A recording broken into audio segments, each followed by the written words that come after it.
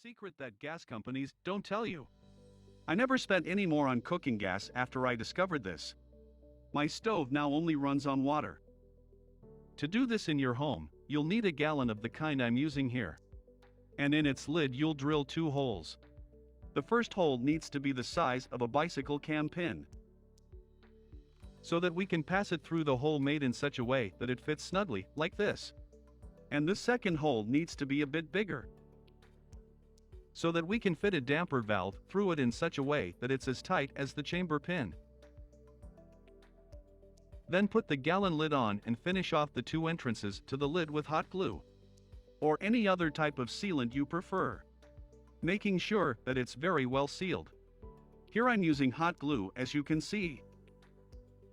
It is very important to remember that we do not recommend this tip to minors or children. We ask all adults to take great care when repeating this in their homes, and to do so in the same way as in the video.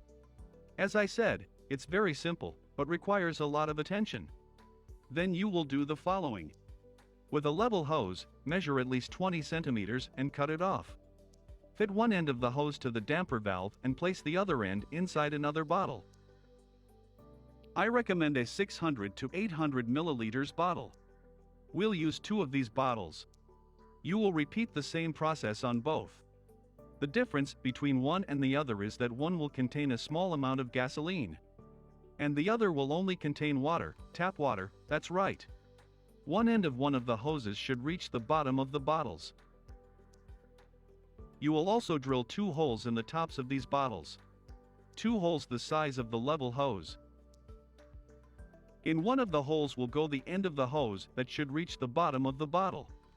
And in the other hole will go another length of leveling hose, which will only carry the pressure and gas from the bottles and gallon to the stove. Don't forget to seal these holes in the bottles as well.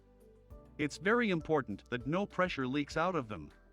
In the gallon where the valve and the bicycle tube pin are, we'll fit a bicycle tire pump onto the pin, and fill the gallon with air so that it has plenty of pressure. It is important that you leave the valve damper closed at this point. Then remove the tire inflator and slowly open the valve. When you have done this, you already have gas in your stove system. Just turn on your stove and you'll see that it's already working like the ordinary cooking gas we buy.